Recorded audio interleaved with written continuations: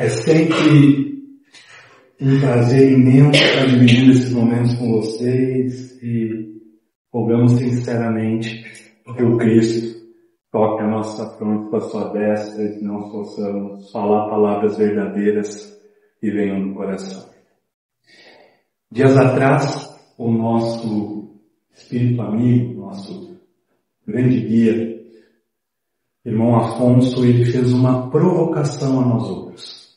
Ele disse assim, num momento de lição, ele falou assim: meu filho, quantas pessoas hoje estão trilhando o caminho de Damasco?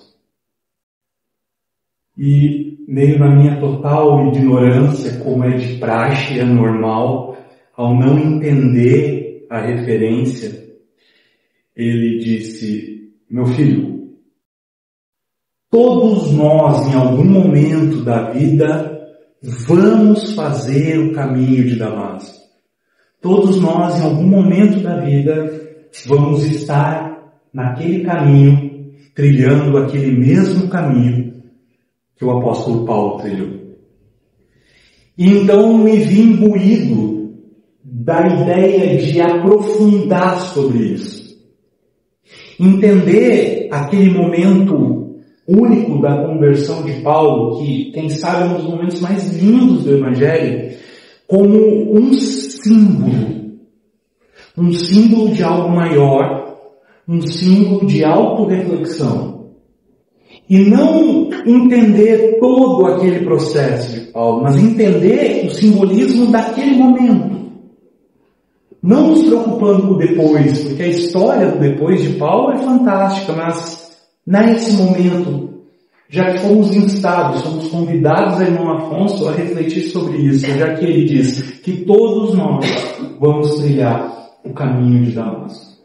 Então nós vamos tomar o texto fantástico daquela que eu particularmente considero a obra-prima de Emmanuel, que é o livro Pauliceia. Por quê? Porque sobre a conversão de Paulo, ele mesmo falou. Paulo falou como aconteceu. A gente vai lá na Bíblia, lá em Atos dos Apóstolos, e a gente vai ver ele falando sobre aquilo. A gente vai ver ele fazendo referências sobre esse momento único da sua vida lá nas epístolas, sobretudo na epístola aos Hebreus. Então, nós já sabemos a história.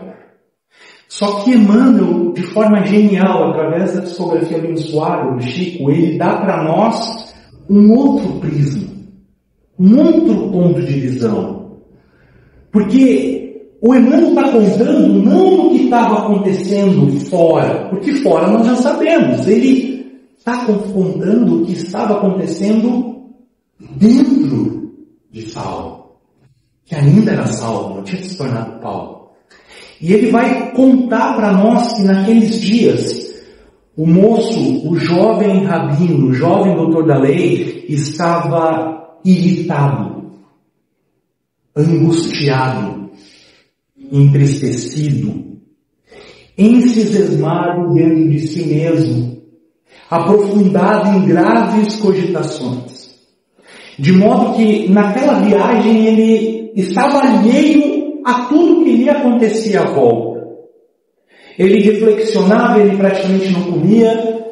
Os companheiros de viagem falavam para ele, faziam apontamentos sobre o caminho, sobre a paisagem, e ele estava distante, não dava bola. Saulo, estava no deserto, pois o caminho de Damasco, de Jerusalém a Damasco, se faz no deserto. Só que o deserto que Saulo vivia era o deserto espiritual dentro dele mesmo. Percebamos a referência ao deserto, porque nós vamos pegar na literatura, nós vamos pegar no Evangelho, nós vamos pegar no Novo Testamento, no Antigo Testamento, e nós vamos ter referências ao deserto várias vezes. Mas entendamos que as referências ao deserto, elas não são em função da paisagem. O deserto funciona ali, naquelas histórias do Evangelho, quase que como um personagem à parte. Porque o deserto é um local árido, O deserto é um local de difícil transposição. O deserto é um local exigente do ponto de vista de clima físico. O deserto é um local que nos convida à profunda solitude e à profunda reflexão. Mas no deserto há vida. É aridez, é aridez. Mas ali há vida. Sempre no deserto há vida. Então, quando nós vamos entender os hebreus caminhando 40 anos no deserto, nós vamos entender que aquilo também é uma metáfora. Aquele tempo era necessário para renovar-se, para que uma geração sobrepusesse a outra. Quando nós vamos ver Jesus, antes de começar o seu apostolado, se dirigir até o deserto para jejuar, ali ele está confrontando toda a circunstância em torno dele. Então, quando o próprio Paulo, depois de convertido, tenta começar suas pregações, e é como se as palavras não saíssem da sua boca com a naturalidade que saíam antes, ele vai e passa 1000 dias no deserto estudando. Então nós estamos diante de uma metáfora, nós estamos diante de um personagem. Então Saulo estava fazendo aquela viagem ao deserto, só que o deserto era o deserto que ele vivia espiritualmente. Contextualizando isso. No primeiro momento que Emmanuel apresenta Saulo aos leitores em Paulo Estevão, ele apresenta Saulo de uma forma que o Evangelho nunca teria conseguido apresentar. Ele fala de um homem jovem judeu. E ele fala, mostrando-se afeito aos esportes, aos jogos, mostrando que ele por nada tinha shape, né? Ele era bonitão, ele tinha uma complexão física respeitável, mas não tinha como se duvidar que ele era um judeu, porque ali estavam, diz Emmanuel, acentuados todos os traços daquela raça. Então, a gente vai perceber o que seria um homem judeu com aqueles traços típicos. O queixo, o nariz, o cabelo, e nós vamos perceber que ali estava, a forma, o molde de Saulo. Era um homem judeu do seu tempo, do seu momento. Mas, Emmanuel também apresenta ele como a túnica do patriciado romano numa biga. Dirigindo a sua vida. Ele era judeu. Ele não era um patrício romano. Mas ele era um cidadão romano. E como uma pessoa não nascida em Roma conseguiu o título de cidadão romano, mais ou menos que hoje, como se você conseguisse um green card. Ou melhor, agora o governo norte-americano colocou o Gold Card. Você tem 5 milhões de dólares e você pode comprar a nacionalidade norte-americana e estadunidense. Você pode comprar os seus direitos de ser um cidadão americano. Então, ele era um cidadão romano em função da questão econômica, social. O seu pai era um homem rico, era um comerciante rico, e por ser um comerciante rico em certa região estratégica ao Império Romano, os romanos forneciam a essas pessoas que iriam amparar o comércio no Império um título de cidadão romano. Então ele era romano. Ele não era um patrício romano, mas ele tinha um status de tal. O que a história de Saulo vai mostrar que foi importantíssimo para ele. Porque os privilégios que um cidadão romano tinha naquela época, naquela região, naquela sociedade, era impensável. Vários privilégios em termos de ser julgado, tratado pela lei, preso. Eram privilégios. E ele se apresenta falando em grego. Ora, ele era Saulo e havia crescido na cidade de Tarso. A cidade de Tarso era como se fosse uma cidade universitária hoje. De forma que vários mestres da Grécia vinham ao Império Romano, custeados pelo Império Romano, mas se fixavam em algumas cidades mais importantes, de mais referência, e Tarso era uma delas. Nós vamos então entender que aquele homem ele havia sido ensinado desde tenridade pelas mentes mais brilhantes da sua época. Nós vamos entender em várias epístolas de Saulo uma visão estoicista da vida. O que é o estoicismo? Ele acreditava na virtude como a busca primeira de um homem. Que o homem precisa colocar a virtude acima de qualquer interesse. E apenas a busca por essa virtude é o que faz a pessoa ter serenidade, ter harmonia e ter felicidade. Então nós vamos encontrar em Saulo, na sua construção intelectual a partir das epístolas, esse conhecimento, dando vazão que sim, ele era uma mente privilegiada e havia tido a oportunidade de desenvolver essa mente privilegiada com os melhores mestres da época. Nós estamos então diante de um homem que trafegava sobre esses 3 mundos diferentes, mas que se colidiam naquela região, naquele momento. E ele, não bastasse toda essa possibilidade, ele era um talentoso doutor da lei.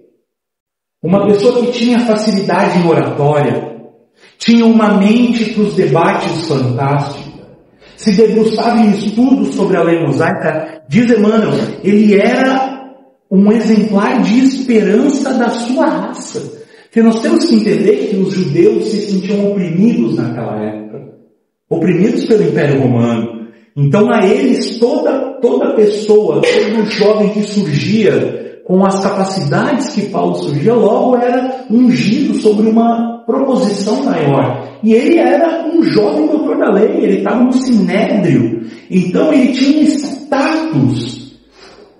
Aquele homem, naquele momento da sua vida, ele tinha 3 qualidades que os espíritos são unânimes em falar, o quanto são perigosas numa reencarnação quando juntas. Ele era jovem, era poderoso e era rico. Ele tinha a juventude, o poder e a riqueza nas mãos. E os espíritos são unânimes em falar que as pessoas que conseguem colidir esses 3 aspectos numa reencarnação, estão sob um risco enorme de caírem nos abismos na sua reencarnação em função disso. E ele, Saulo, era dotado de uma personalidade única. Ele era irracível no cumprimento das suas obrigações e naquilo que ele acreditava ser certo, dentro daquilo que ele acreditava ser o correto e daquilo que ele se propunha como a sua tarefa. Então ele observava aquilo que um homem judeu precisava fazer, tudo que ele precisava pensar, tudo que ele precisava estruturar na sua vida, aquilo para ele era o objetivo primeiro. E nós vamos então aí começar a ver essa dose de estoicismo dentro dele. Nos atos de Saulo, ele havia conservado a sua virtude no grau mais alto que alguém podia ter, de forma que, ao mesmo tempo que ele tinha várias pessoas que o admiravam naquela cidade, naquele centro, também ele tinha vários adversários também. Por quê? Porque ele não pecava em apontar o dedo para o que ele via de errado. O certo é o certo, o errado é o errado. Ele não fazia concessões. Ele não era um político. Ele não negociava com aquilo que ele considerava sagrado. Ele havia sustentado a sua pureza no mais alto grau, de forma que ele fala a certo momento: várias moças de Jerusalém o haviam procurado, vários casamentos o haviam sido oferecido, mas ele se mantinha focado, fixo. Ele não se deixava levar aquelas coisas que ele disse serem mesquinhas da sua geração, dos jovens. Ele permanecia totalmente coerente com aquilo que ele havia aprendido, estudando. Esse era o Paulo. Esse era Saulo até então. Mas então que essas circunstâncias, esses labirintos do destino, o fazem cruzar com uma pessoa que não poderia ser tão parecida com ele, mas que a vida colocou num lugar completamente oposto ao dele. ele cruza com uma figura chamada Estevão. Igualmente jovem, igualmente judeu, igualmente inteligente, igualmente talentoso e igualmente virtuoso naquilo que acreditava e naquilo que se propunha acreditar. Só que o Estevão, ele estava num local oposto ao de Paulo. Não no suntuoso sinédrio, cercado de convenções sociais, mas lá, junto aos pobres maltrapilhos da igreja do caminho, tratando os velhos e doentes e desenganados. Não um judeu acreditando na lei mosaica, mas um judeu agora convertido ao cristianismo que acreditava na luz de Jesus. E o destino coloca frente a frente esses dois homens. E Saulo, no alto do seu orgulho, da sua prepotência, da sua arrogância, porque, percebam, isso era natural a ele, não apenas por ele, porque ele queria ser assim, porque era o formato que ele conhecia em como ser um homem judeu com a autoridade que ele tinha. Ele precisava ter um aspecto dominante, ele precisava dominar os debates, ele era acostumado a isso. Ele debatia no sinédrio e ninguém queria mais debater com ele, porque ele conseguia ganhar os debates, ganhar as conversas, os argumentos, e ali ele estava diante de um homem que argumentava contra ele e o deixava sem argumentos. E ele, dentro do seu orgulho, tomou isso como uma ofensa. Uma ofensa, o orgulho ferido, o ego não satisfeito. Aquela parte do nosso ser que é por vontade, por desejo. Aquela vontade do nosso ser que quer, sempre quer mais.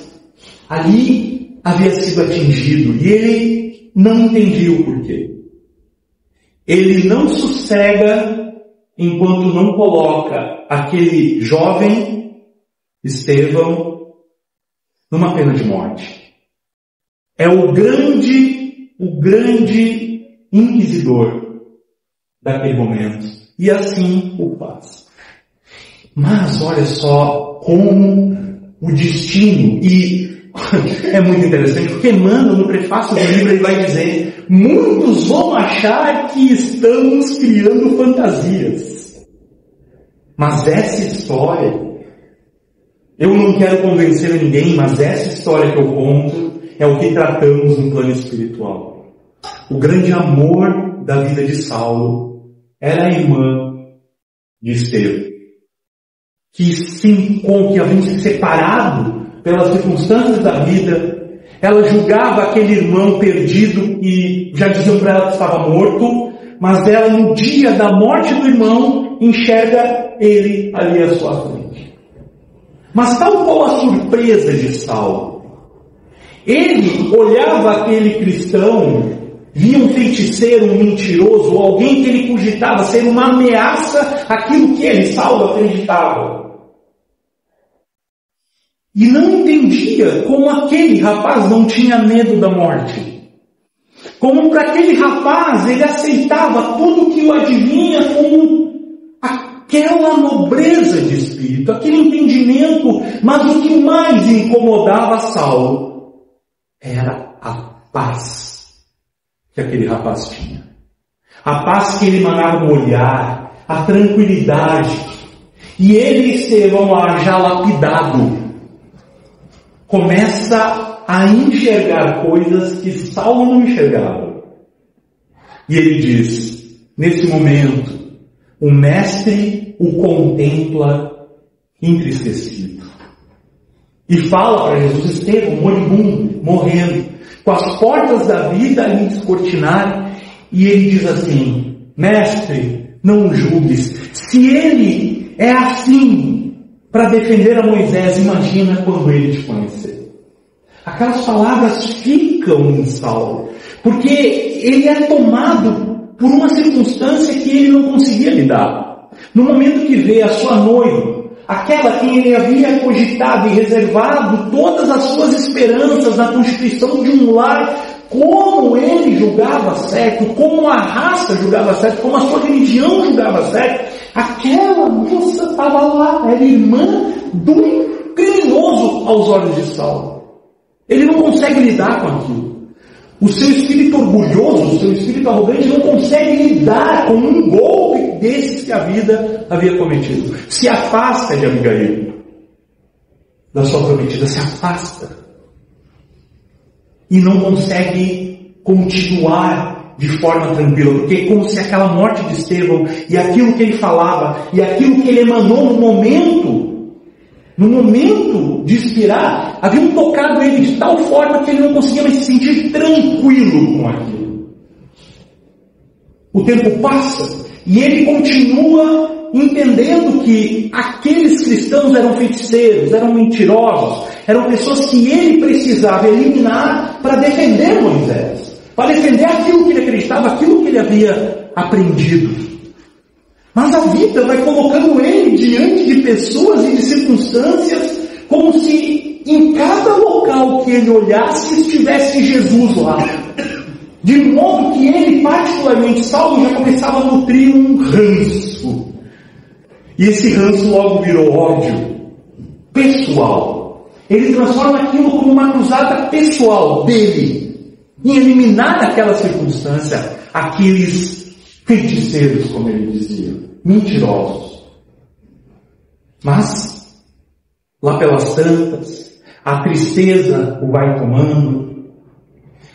Ele já não consegue mais entender o que havia passado, o que estava acontecendo, e resolve, tempos depois, procurar Abigail, procurar o seu amor, procurar aquela pessoa a quem havia reservado os mais puros sentimentos que tinha dentro dele, e a encontra moribunda, doente, mas convertida ao cristianismo. Aquilo para ele foi uma grande ofensa, aquilo para ele foi a gota d'água. É como se a vida tivesse tirado dele a possibilidade dele ter a vida que ele havia sempre programado, mostrando como ele é uma pessoa como nós. Saulo era, uma pessoa como nós. Quantas vezes nós programamos as coisas para a nossa vida, nós queremos que a vida funcione de tal forma, e quando ela não funciona de tal forma, nós nos revoltamos com a vida. Nós não lidamos com a frustração. Nós não conseguimos lidar com a frustração de não termos atingido aquilo que nós esperávamos para a nossa vida. E ele começa então a perseguição. Vai até o Sinédrio, consegue a ordem para capturar Ananias, aquele que havia convertido Abigail. Abre mão daquilo que ele julgava ser algo mais virtuoso dentro dele, que mancha ele na sua consciência. Ele pratica tortura a um homem para conseguir informações aonde estava Ananias. E ao saber que era em Damasco que ele estava, ele começa a viagem no caminho de Damasco. Só que essa viagem no deserto era uma viagem de Saulo para dentro dele. Quando Saulo vai estar às portas de Damasco, nós vamos entender que Saulo estava às portas de si mesmo. Saulo estava às portas de si, mas ele não entrava dentro de si mesmo. É como se a perseguição que ele fazia aos cristãos fosse uma forma dele fugir da própria vida. Como uma forma dele fugir daquilo que ele não entendia.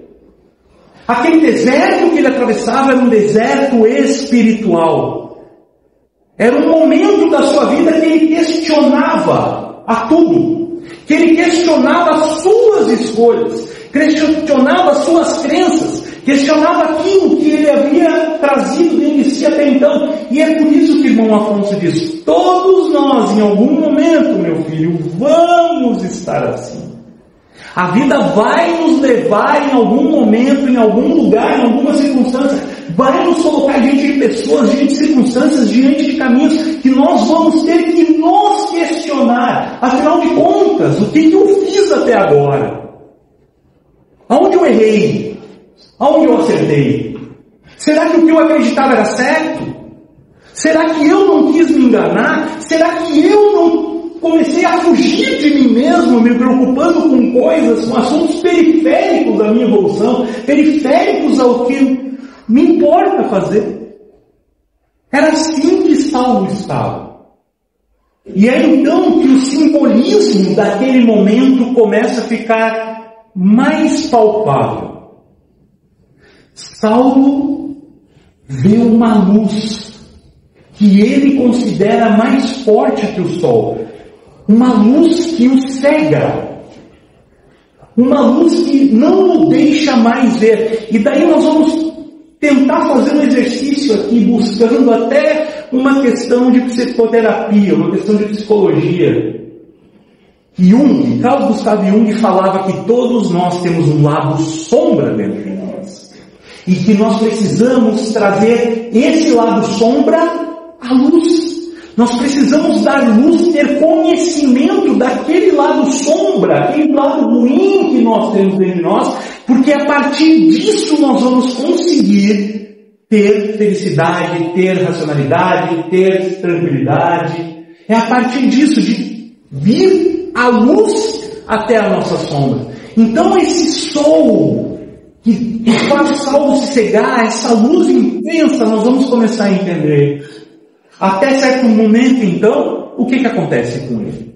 Ele, que vinha montando, que era uma pessoa feita a jogos, então ele montava o cavalo com muita presteza, com uma posição ereta e dominante, como aquele homem forte que ele tinha que se propor a ser o tempo inteiro, demonstrando a sua força, demonstrando a sua dominação perante os outros. Então ele ia à frente da comitiva, vem aquela luz e ele cai.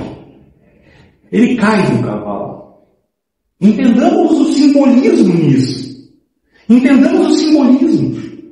Ele caiu, porque quando nós, durante a nossa vida, durante a nossa caminhada, nós estamos sobre esse prisma psicológico que guiava Saulo, do orgulho, do egoísmo, do ego satisfeito, de se ver como um personagem que não é,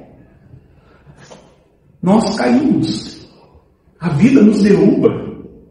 Nós acabamos sendo derrubados pela vida, vem uma luz e nos derruba, porque quando nós começamos a olhar e dar conta daquilo tudo que já fizemos errado, nós caímos. Mas aí, meus irmãos, nós temos mais um simbolismo importante disso. Vocês já leram no capítulo 15 do Evangelho de Lucas? No Evangelho de Lucas foi um evangelista que não conheceu Jesus. Ele não conheceu Jesus. Mas ele dedicou toda a sua vida, ele era um cientista, ele era um médico. Ele dedicou toda a sua vida num conhecimento prático para escrever sobre a vida de Jesus com o máximo de exatidão possível. Então ele entrevistou todos os personagens possíveis de ser entrevistado que conviveram com Jesus. Ele gastou anos da sua vida. Então, de forma que, às vezes, o Evangelho de Lucas, ele é mais elucidativo do que propriamente o Evangelho dos outros evangelistas que conviveram com Jesus. Só que olha só que interessante. Em Paulo e Estevão, Emmanuel conta que o capítulo 15 do Evangelho de Lucas começou a ser escrito por Paulo. Paulo que iniciou. E vocês sabem o que está lá no capítulo 15 do Evangelho de Lucas? Está lá 3 parábolas, e entre elas, quem sabe, a parábola mais conhecida de Jesus é a parábola do filho pródigo. A palavra daquele jovem que quer romper com a família, pede ao pai, numa ofensa indizível para aquela sociedade, pede para o pai a sua herança, vai a um país distante, vira o rei do camarote, gasta todo o dinheiro em festa absolutamente, e lá pelas tantas ele está apacentando porcos, passando fome, está apacentando porcos, a profissão mais vil que os judeus acreditavam, o que tinha de mais sujo, o que tinha de mais imundo, o que tinha de a personificação do fundo do poço. E lá nesse momento da parábola, nós vamos ver uma frase que muda tudo. Diz assim: estando a apacentar porcos, caindo em si. Caindo em si. Aquele homem, aquele jovem caiu em si. Ele foi buscar as respostas para dentro de si mesmo.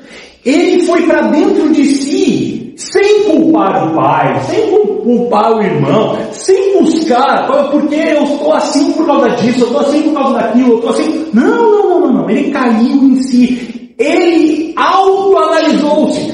Caiu em si e pensou assim: por que eu estou aqui? Por que eu estou passando por esse momento de dificuldade intensa, se lá na casa do meu pai, os empregados menores dele têm pão em abundância? Ele caiu em si. Então o cair do cavalo de Paulo também é um simbolismo. Ele, ao ver aquela luz, ele cai em si. E é então que ele divisa aquela imagem maravilhosa daquele homem sublime, de postura plena e nobre, que ele, só de ver, ele começa a se emocionar. Ele começa a ser tocado por aquilo lhe envolve de tal forma, ele não entende o que ele estava vendo, e ele escuta então a célebre frase: Saulo, Saulo, por que me persegues? Saulo, Saulo, por que me persegues? Mas entendamos, meus irmãos, o simbolismo dessa frase que Jesus faz a Saulo. Saulo perseguia a Jesus. A perseguição aos cristãos era apenas a fuga dele, mas ele, naquele momento da sua vida, enxergava o Cristo em cada ponto do seu caminho. Era uma pessoa que ele gostava que havia virado cristão. Era alguma coisa que havia acontecido na igreja do caminho.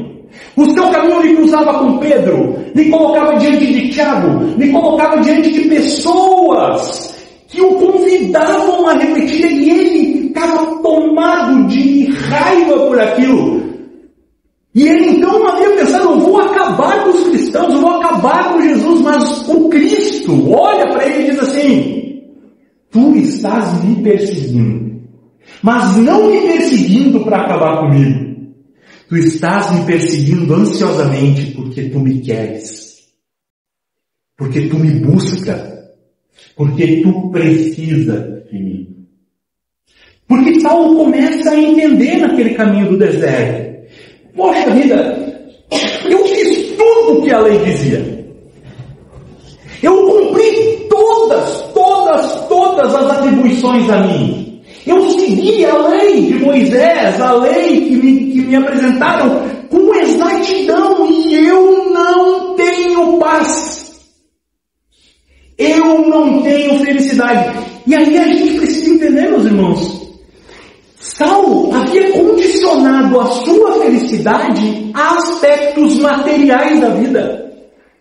A sua carreira, a sua posição social, a sua riqueza, ao culto exterior, porque para ele, honrar a Deus, como dizia o mandamento judaico, era com atos exteriores. Então ele havia confiado a sua busca nesses aspectos exteriores da vida, e ele se viu naquele momento longe de paz. Ele não tinha paz, e ele se questionava: eu, tendo feito tudo isso, não tenho a mesma paz que aquele homem chamado Estevão teve naquele momento. E daí nos questionemos, meus irmãos: quantos de nós vivem angustiados, atormentados? Quantos de nós estamos doentes, ansiosos, depressivos, porque nós confiamos a nossa felicidade em aspectos realmente materiais? Eu só vou ser feliz quando tiver isso. Eu só vou ser feliz quando eu me formar, quando eu tiver tal carreira, quando eu tiver minha casa, quando eu tiver meu carro, quando eu ser reconhecido. Eu só vou ser feliz se estiver com aquela pessoa daquele jeito. Eu só vou ser feliz se aquela pessoa da minha família me tratar do jeito que eu acho que merece ser tratado.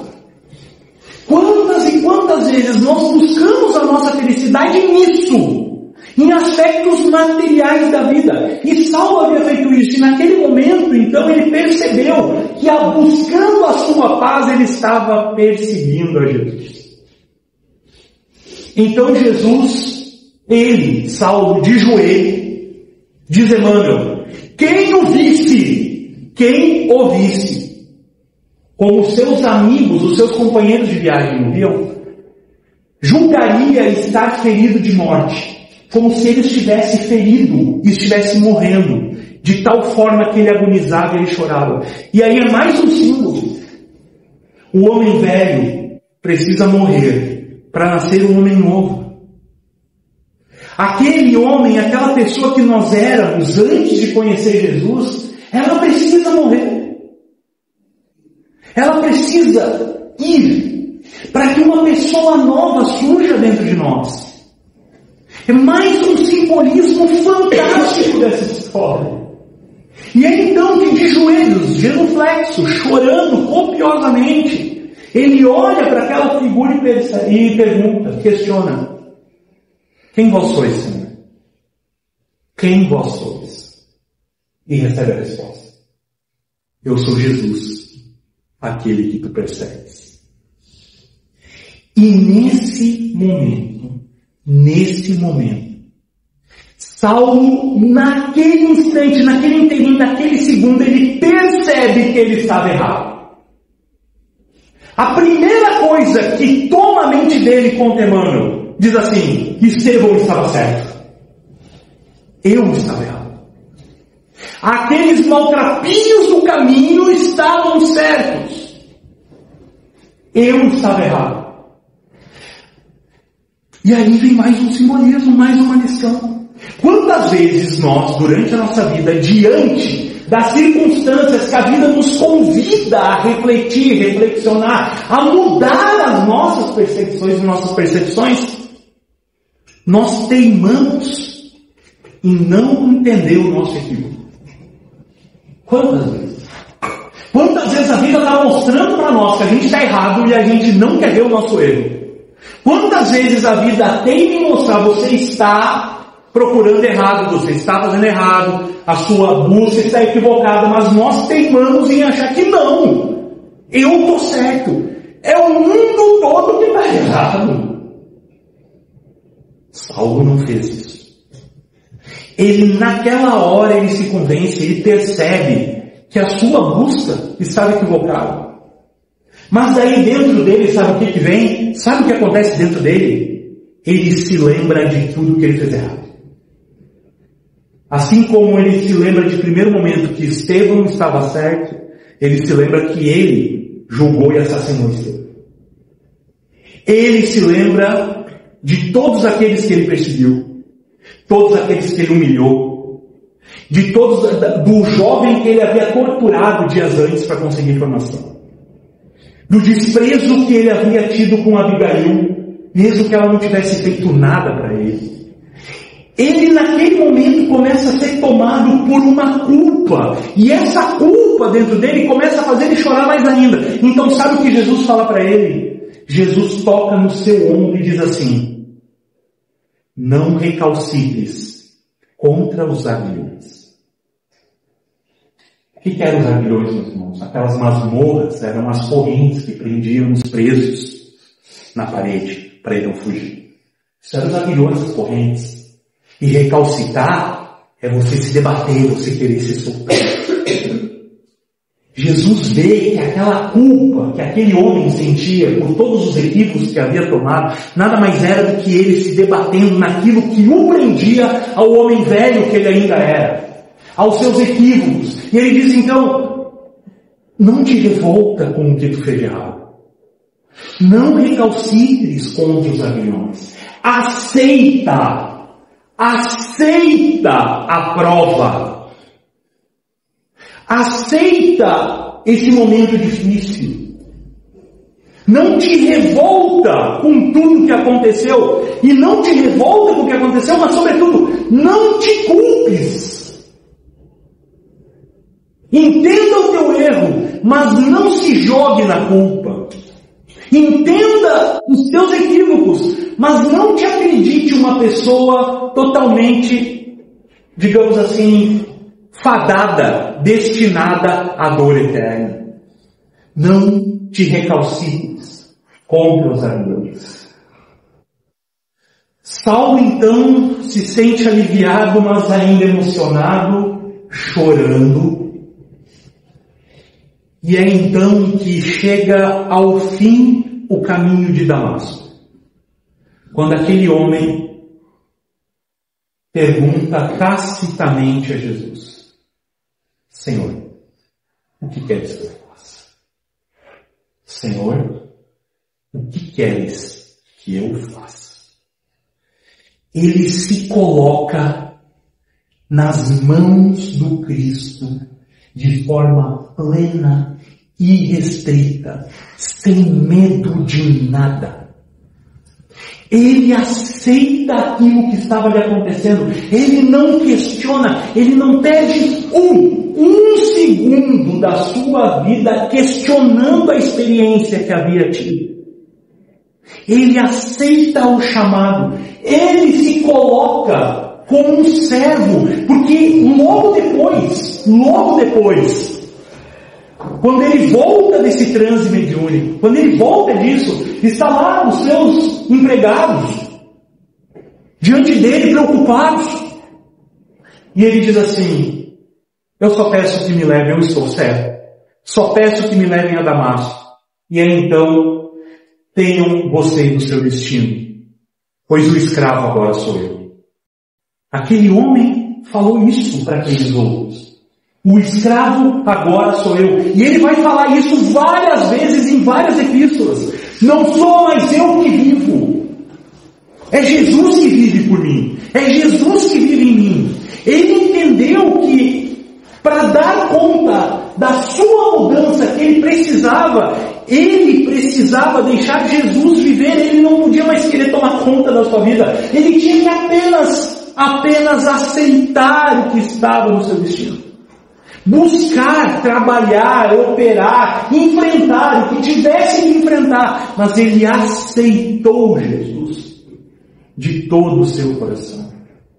Aceitar Jesus de todo o seu coração é não questionar o que está acontecendo. É realmente entender que tudo tem um porquê. Tudo tem um porquê.